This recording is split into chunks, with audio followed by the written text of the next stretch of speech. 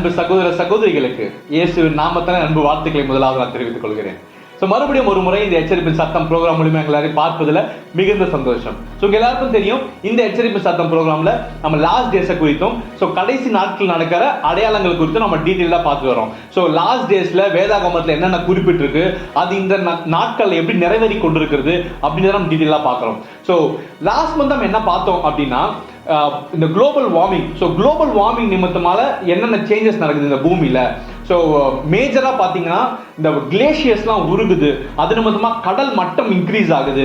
கடல் உள்ள வந்தா நிறைய சிட்டிஸ் வந்து பாதிக்கப்படும், கடலுக்குள்ள போக வாய்ப்பு இருக்கு. இந்த மாதிரியான காரியங்களை குறித்து பார்த்தோம். மேஜரா நம்ம என்ன பார்த்தோம் அப்படின்னா, எப்படி வந்து டெம்பரேச்சர் இன்க்ரீஸ் ஆகுது. குளோபல் வார்மிங்ல முக்கியமான ஒரு விஷயம் என்னன்னா, அது புவி வெப்பமயமாகுது. டெம்பரேச்சர் ரைஸ், அதுதான் வந்து ஒரு மேஜரான கான்செப்ட். இண்டஸ்ட்ரியலைசேஷன், நிறைய கம்பெனிஸ் வருது, நிறைய வண்டிங்க ரோட்ல ஓடுது, இது நிமித்தமாக நிறைய கார்பன் டை ஆக்சைடு எமிட் ஆகுது. இது வந்து எல்லாம் ஓசோன்ல ப்ராப்ளம் உண்டாக்கி நம்ம குளோபோட டெம்பரேச்சர் பாத்தீங்கன்னா ஒரு 3 டிகிரி செல்சியஸ் அளவுக்கு இன்க்ரீஸ் ஆகும்னு கணித்திருக்காங்க. அப்படி இன்க்ரீஸ் ஆச்சுன்னா அதோட பாதிப்புகள் அதிகமா இருக்கும், நமக்கு ஒரு பெரிய லெவல்ல அது ஒரு பாதிப்பாக இருக்கும். அந்த காரியத்தை நம்ம டீடைலா நம்ம போன வீடியோல பார்த்தோம். இன்கேஸ் நீங்க அதை பார்க்கல அப்படின்னா கீழே டிஸ்கிரிப்ஷன்ல உங்களுக்கு லிங்க்ஸ் கொடுத்துருக்கோம், கண்டிப்பா அதை போய் பாருங்க, உங்களுக்கு பிரயோஜனமாக இருக்கும். இனி நம்ம என்ன பார்க்க போறோம் அப்படின்னா, அதோட கண்டினியூஷன் தான் பார்க்க போறோம். இந்த பூமிக்கு அப்பாற்பட்டு, இந்த பூமிக்கு வெளியே இருக்கிற அட்மாஸ்பியர்லயும் மற்ற கோள்களையும் நடக்கிற சில மாற்றங்களால இந்த பூமிக்கு எப்படி பாதிப்பு இருக்க போகுது அப்படின்னு பார்க்க போறோம். குறிப்பா பாத்தீங்கன்னா சூரியன்ல சில மாற்றங்கள் நடந்து கொண்டு இருக்கிறது, அந்த மாற்றங்கள் நிமித்தமாக நமக்கு என்னென்ன பாதிப்புகள் வரப்போதான் பார்க்கலாம். இது வேதாகமத்தில் எங்க குறிப்பிடுறோம்னா, நம்ம லாஸ்ட் மந்த் பார்த்த அதே ரெஃபரன்ஸ் தான் பார்க்க போறோம். 2 பேதுரு 3ஆம் அதிகாரம் 10வது வசனத்தை நான் வாசிக்க போகிறேன். 2 பீட்டர் சாப்டர் 3 verse 10 ஆக வாசிக்கிறேன். கர்த்தருடைய நாள் இரவிலே திருடன் வருகிறதுமாய் வரும், அப்பொழுது வானங்கள் மடமட என்று அகன்றுப்போம், பூதங்கள் வெந்து உருகிப்போம், பூமியும் அதில் உள்ள கிரியைகளும் எரிந்து அழிந்து போம். ஆமென். கர்த்தருடைய நாள் வரும்பொழுது என்ன மாற்றங்கள் இந்த பூமியில் நடக்கும் அப்படின்றது இந்த வசனத்துல அழகா போட்டிருக்கு. கர்த்தருடைய நாள் வரும்பொழுது, மறுபடியும் இயேசு கிறிஸ்து உலகத்துக்கு வரும்பொழுது இந்த பூமியும் அதில் உள்ள கிரியைகளும் எரிந்து அழிந்து போகும் அப்படின்னு போட்டிருக்கு. எரிந்து அழிந்து போகிற அளவுக்கான ஒரு பாதிப்பு இந்த பூமிக்கு வரப்போகுது. அது எப்படி வரப்போகுது அப்படின்னா, இப்போ நம்ம இன்னைக்கு என்ன பார்க்க போறோம்னா, சூரியன்ல நடக்கிற மாற்றங்கள். சூரியன்ல பாத்தீங்கன்னா ஒரு பயங்கரமான அது ஒரு எரிகிற ஒரு கோல், ஃபுல்லாவே நெருப்பு நிறைந்த ஒரு கோல், ஹை டெம்பரேச்சர் இருக்கிற கோல். அந்த கோல் நிமித்தமாக தான் நமக்கு எனர்ஜி வருது, நமக்கு சன் லைட் வருது, இதெல்லாம் வருது. ஆனா அது ஒரு பயங்கரமான ஒரு கோல். அந்த கோல்ல நடக்கிற ஒரு பெரிய மாற்றம் இந்த காலகட்டத்தில் நம்ம சயின்டிஸ்ட் என்ன கண்டுபிடிச்சிருக்காங்க அப்படின்னா, அந்த சூரியனோட அவுட்டர் லேயர்ல சன் ஸ்பாட்ஸ் அப்படின்னு சிலது உருவாகுது. சன்னோட அவுட்டர் லேயர்ல பாத்தீங்கன்னா ஒரு டார்க் ஸ்பாட்ஸ் உருவாகுது. அதுக்கு என்ன சொல்றாங்கன்னா சன் ஸ்பாட் அப்படின்னு சொல்றாங்க. சன் ஸ்பாட் வந்து சூரியனோட லேயர்ல உருவாகுது. டார்க்கா இருக்கிற ஒரு இடம் அங்க உருவாகுது, ஒரு வேக்கண்டான பிளேஸ் உருவாகுது. அங்க என்ன இருக்குன்னா, அதுதான் வந்து ஒரு கூலிங்கான ஒரு இடம், சன்லயே ஒரு கூலிங்கான இடம். மற்ற இடத்தை கம்பேர் பண்றதை விட அந்த இடத்துல கொஞ்சம் கூலிங்கா இருக்கும்னு சொல்றாங்க. அதுனா கூலிங்கான ஒரு இடம் கிடையாது, அதுவே 6500 டிகிரி செல்சியஸுக்கு மேல இருக்கும்னு சொல்றாங்க. பட் கம்பேரிட்டிவ்லி அந்த இடம் தான் ஒரு கூலிங்கான ஸ்பாட். அந்த ஸ்பாட் வந்து அந்த சன்னோட அவுட்டர் லேயர் உருவாகுது. இதனால என்ன பாதிப்பு வரப்போகுது அப்படின்னா, சன்ல ஃபுல்லா பாத்தீங்கன்னா எலக்ட்ரோ மேக்னெட்டிக் வேவ்ஸ் தான் போயிட்டு இருக்கும். அந்த வேவ்ல ஒரு டிஸ்டரப்ஷன் வரும். அந்த சோலார் ஸ்பாட் நிமித்தமாக அது வந்து ஒரு டிஸ்டர்ப் ஆகும். டிஸ்டர்ப் ஆகிறது நிமித்தமாக சோலார் ஃபிளேர்ஸ் உருவாகுது. சோலார் ஃபிளேர்ஸ் அப்படின்னா என்ன அப்படின்னா, அது வந்து ஒரு புயல் மாதிரி, ஒரு சூரிய புயலாக மாறி அது மற்ற கோள்களையும் அஃபெக்ட் பண்ணும் அப்படின்னு சயின்டிஸ்ட் கணிச்சிருக்காங்க. நிறைய சோலார் ஃபிளேர்ஸ் வந்திருக்கு, அதை பத்தி நம்ம பார்க்க போறோம். மேஜரா பாத்தீங்கன்னா அந்த சோலார் ஃபிளேர்ஸ், சூரிய புயல் உருவாக போகிறது. அது வந்து ஒரு சோலார் சுனாமியாக வரப்போகுது.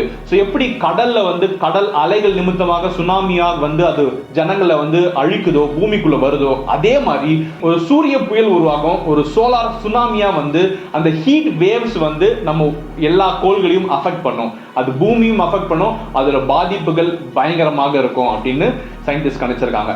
இதுதான் வந்து ஒரு பயங்கரமான ஒரு மாற்றம் நடந்துட்டு இருக்கு.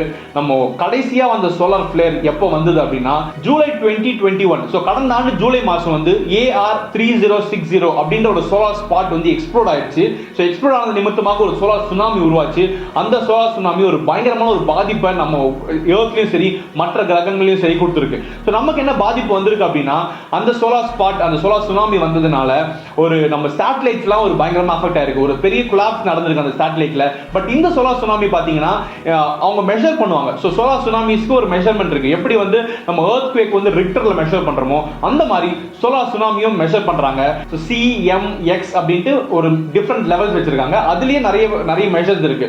ஸோ கடைசியா வந்த சோலார் சுனாமி பார்த்தீங்கன்னா C5 அப்படின்ற ஒரு லெவல் இருக்கு. ஸோ அதனால தான் ஒரு கம்மியான ஒரு பாதிப்பை இந்த உலகத்திற்கு ஏற்படுத்தி விட்டுருக்கு.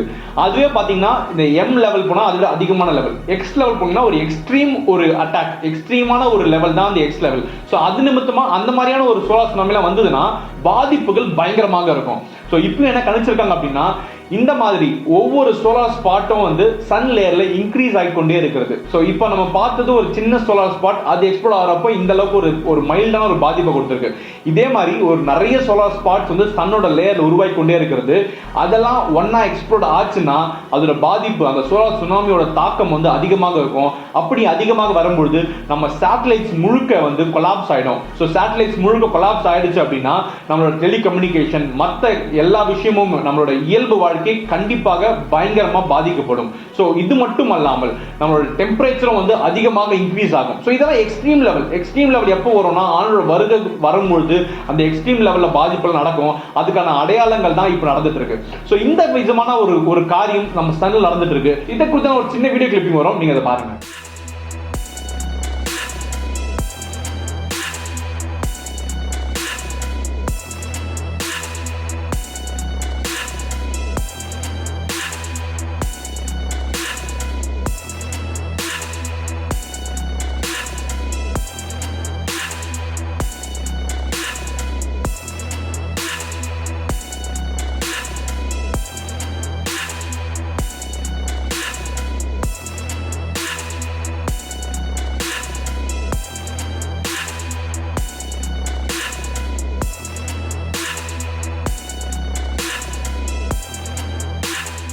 ஸோ இந்த வீடியோவில் நான் சொன்ன எல்லா விஷயத்தையும் நீங்கள் விஷுவலாக பார்த்துருப்பீங்க.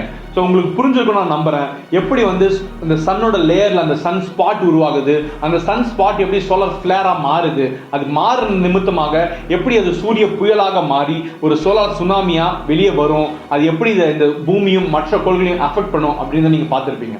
ஸோ இதெல்லாம் என்ன குறிக்குது அப்படின்னா கடைசி நாட்களுக்குள்ள நம்ம கடந்து வந்துட்டோம். ஆண்டவர் சொன்ன வார்த்தைகள் ஒவ்வொன்றாய் நிறைவேறி கொண்டிருக்கிறது தான் குறிக்குது. ஸோ இது மட்டுமல்ல, வேதாகமத்தில் வெளிப்படுத்தல் விசேஷத்தில் இது குறித்து இன்னும் தெளிவான ஆதாரங்கள் போட்டிருக்கு. ஸோ வெளிப்படுத்தல் விசேஷம் 8ஆம் அதிகாரம் 7வது 8வது வசனத்தை நான் வாசிக்கிறேன். முதலாம் தூதன் எக்காலம் ஊதினான். அப்பொழுது இரத்தம் கலந்த கல்மழையும் அக்னியும் உண்டாகி பூமியிலே கொட்டப்பட்டது. அதனால் மரங்களில் 1/3 வெந்து போயிற்று, பசும் புல்லெல்லாம் எரிந்து போயிற்று. 2ஆம் தூதன் எக்காலம் ஊதினான். அப்பொழுது அக்னியால் எரிகிற பெரிய மலை போன்றதொன்று சமுத்திரத்திலே போடப்பட்டது. அதனால் சமுத்திரத்தில் 1/3 இரத்தமாயிற்று. ஆமென். இந்த வசனத்தில் தெளிவா போட்டிருக்கு, முதலாம் தூதன் எக்காலம் ஊதும்போது ரத்தம் கலந்த அக்கினி பூமியிலே கொட்டப்பட்டது. ஸோ பூமியில கொட்டுவதற்கு அக்கினி ரெடியாகி கொண்டிருக்கிறது. ஸோ சூரியன்ல இருக்கிற அக்கினி கொட்டுவதற்கு ஆயத்தமாக இருக்கிறது.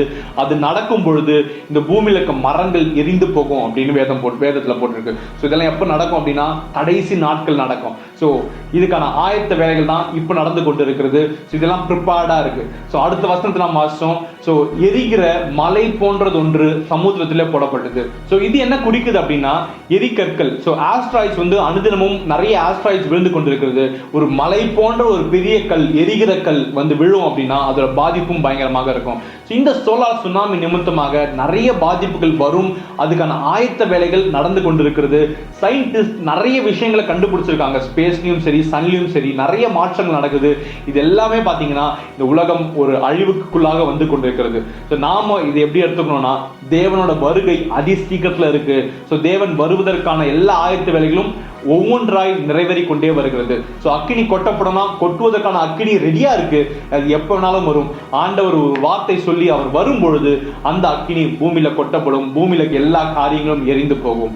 ஸோ அதுதான் இன்னைக்கு பார்க்கிறோம். ஸோ மற்ற காரியங்களும் இந்த பூமியில இது நிமித்தமாக நிறைய சேஞ்சஸ் நடக்குது. இந்த பூமியும் பாத்தீங்கன்னா அதுக்கு ப்ரிப்பேர் ஆகி கொண்டிருக்கிறது.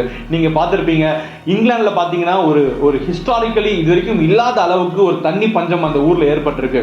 ஸோ அங்கேயும் டெம்பரேச்சர் இன்க்ரீஸ் ஆயிருக்கு, மழை வருவது கம்மியாகி விட்டது. மொத்தமே பார்த்தீங்கன்னா ஒரு 30% ரெயின் தான் அவங்க வந்திருக்கு. 1 இயர்ல வந்து 100% வர வேண்டிய ரெயின் ஒரு 30% ரெயின் தான் அவங்களுக்கு வந்திருக்கு. டெம்பரேச்சரும் இன்க்ரீஸ் ஆயிருக்கு. ஸோ அங்கே தண்ணி பஞ்சமாக காணப்படுகிறது. அது மட்டுமல்ல, ஸ்பெயின்ல பார்த்தீங்கன்னா உங்களுக்கு ஸ்பெயின்ல ஒரு லேக் வந்து வற்றி விட்டது. இது வரைக்கும் வற்றாத லேக் வந்து வற்றி விட்டது. இது வரைக்கும் அவங்க பார்க்காத அளவுக்கு அவங்களோட டெம்பரேச்சரும் இன்க்ரீஸ் ஆயிருக்கு. ஸோ அது மட்டுமல்ல, உலகத்துல இருக்க ஒவ்வொரு பகுதியிலும் பாத்தீங்கன்னா மத்த ஏதோ ஒரு இடத்துல ஏதோ ஒரு சம்பவங்கள் நடக்குது.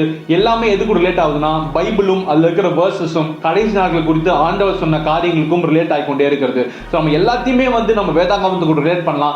ரிலேட் பண்ணி நம்ம கத்துக்க வேண்டிய என்ன விஷயம் என்ன அப்படின்னா, ஆண்டவரோட வருகை அதி சீக்கிரத்தில் காணப்பட போகிறது. ஸோ எப்பனாலும் ஆண்டவர் வரப்போகிறார், அது வருவதற்கு நாம ஆயத்தமாக இருக்கணும். இது எல்லாவற்றும் நம்மளால தடுக்கவே முடியாது.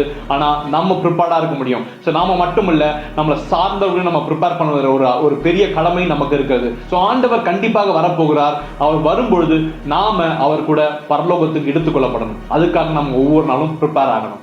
ஸோ இன்னும் நிறைய விஷயங்களை நம்ம இன்னும் வரவிருக்கும் மாதங்களில் பார்க்கலாம். Until then, thank you and God bless you.